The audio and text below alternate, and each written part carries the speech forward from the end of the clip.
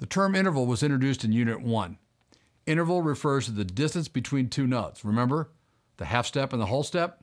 But using terms like half steps and whole steps as the only way to describe the distance between two notes becomes really impractical when measuring greater distances like 3 1/2 steps or something like that.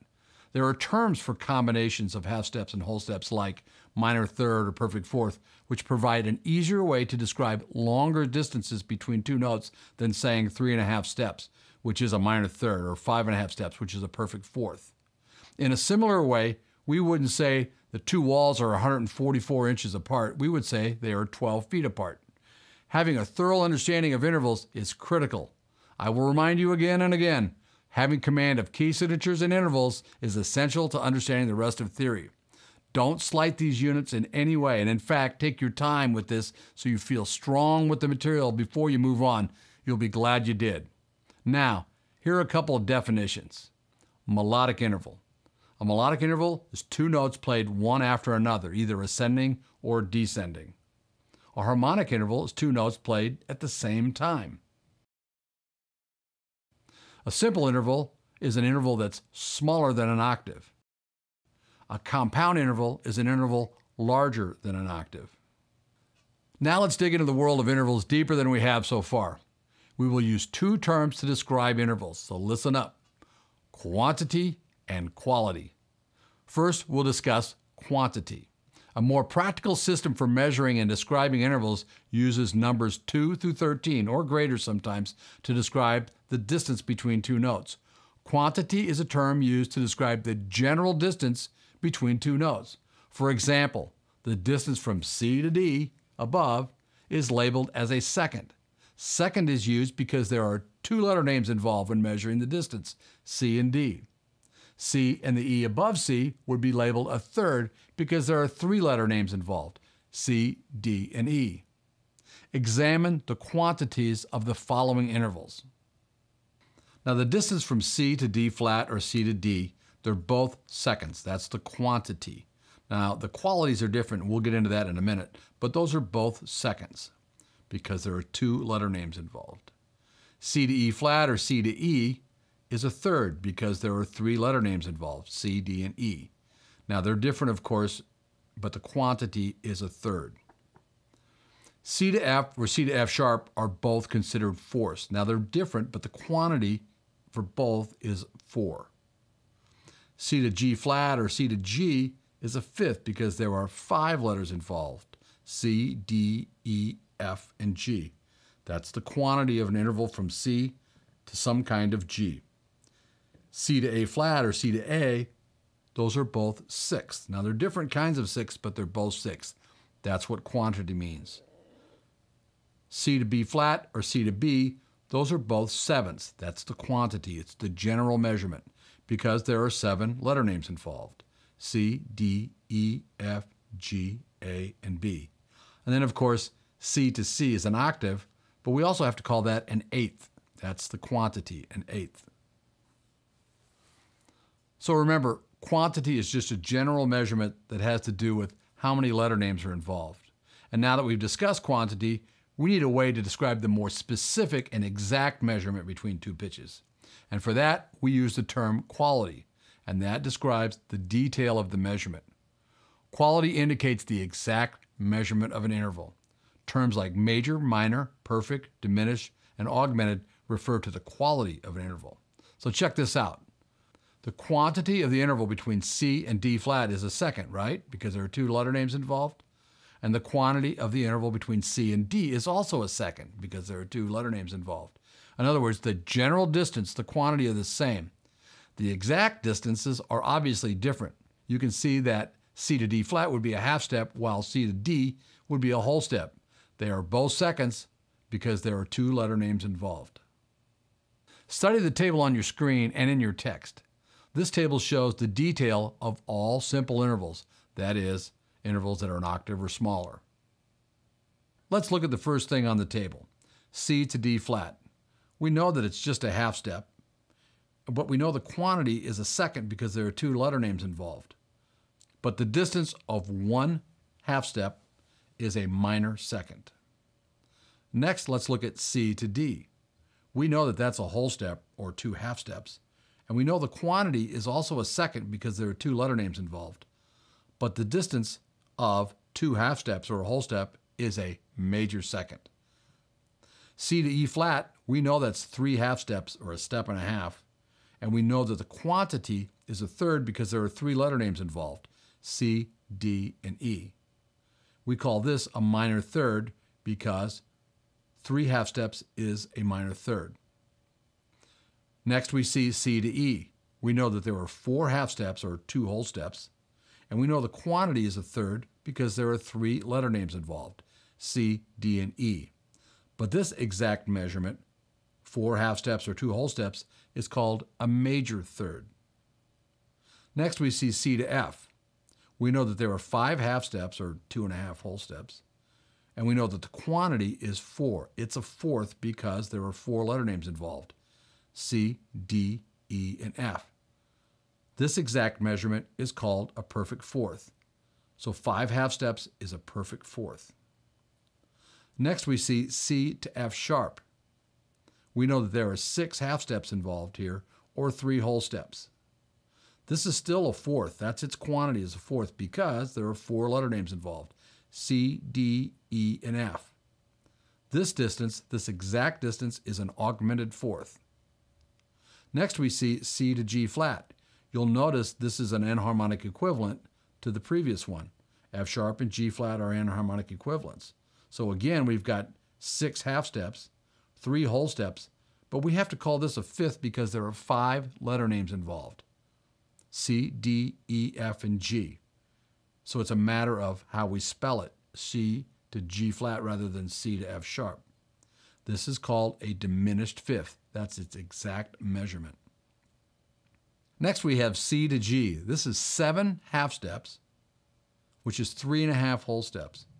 This quantity is a fifth because there are 5 letter names involved, C, D, E, F, and G. This is called a perfect fifth. That's its exact measurement. Next we have C to A flat. This is 8 half steps, or 4 whole steps, and its quantity is a sixth because there are 6 letter names involved, C, D, E, F, G, and A. Its exact measurement name is minor sixth. So you can see it's much easier to refer to these intervals by their name like minor sixth than to say 8 half steps. The logic should be clear now. Next we see C to A. This is 9 half steps or 4.5 steps. This is also a sixth because there are 6 letter names involved, C, D, E, F, G, and A. Its exact measurement name is major sixth. Next we have C to B flat. This is 10 half steps or 5 whole steps. And its quantity is a seventh because there are 7 letter names involved, C, D, E, F, G, A, and B. Its exact measurement name is minor seventh. Next we have C to B. This is 11 half steps or 5.5 whole steps. This is also a seventh because there are 7 letters involved, C, D, E, F, G, A, and B. Its exact measurement name is major seventh. And last we have C to C, which is 12 half steps, 6 whole steps, and its quantity is 8 because there are 8 letter names involved, C, D, E, F, G, A, B, and again C. This is called a perfect eighth. That's its exact measurement name. An octave works as well. Study this table and know that you pretty much have to memorize it. It seems daunting, but the more you practice with it on your guitar and on staff paper, the easier it gets. It's a necessary investment of your time and energy. Now, there are many reasons for understanding key signatures and the major scale really well, but the one we'll talk about a lot here has to do with how we can measure intervals with the major scale. The major scale serves as an effective tool for measuring intervals. Because the distances from the tonic to each of the scale degrees is always the same, regardless of the key, the major scale can be used to measure intervals, much like we use a tape measure to measure physical distances. Think about buying a tape measure at 2 different hardware stores. When you get home and put them side by side to measure the same board, you will see the same result on both tape measures. This is how we'll use the major scale as a consistent, reliable, and handy interval tape measure. Let's take a time out to describe the path ahead.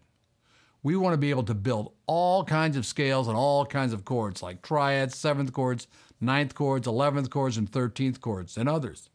And we'll use intervals to build all these things. Learn your key signatures. Why? Because if you know your key signatures, you already know all your major scales. Know your major scales. Why? If you know your major scales, you can measure and build intervals. Know how to measure and build intervals. Why? If you can measure and build intervals, you can identify and build all scales, chords, and arpeggios. What I just told you should define your short-term theory goals. Know your key signatures and intervals. Okay, back to studying intervals. It's time to learn why the major scale is so important in our understanding of intervals. Examine and memorize the distance from the tonic to each of the scale degrees of the C major scale. Now remember, this is the same in every major scale. So in the C major scale, the distance from C to D, the first scale degree to the second scale degree, is a major second. And that's the same in all major scales. All major scales have a major second between the tonic and the second scale degree. The distance from C to E in the C major scale is a major third. And it's the same in all major scales. The distance from the first scale degree to the third scale degree is a major third. The distance from C to F in the C major scale is a perfect fourth. And that's the same in all major scales. The distance from the tonic to the fourth scale degree is always a perfect fourth. The distance from C to G in the C major scale is a perfect fifth, and that's the same for all major scales. The distance from the tonic to the fifth is always a perfect fifth.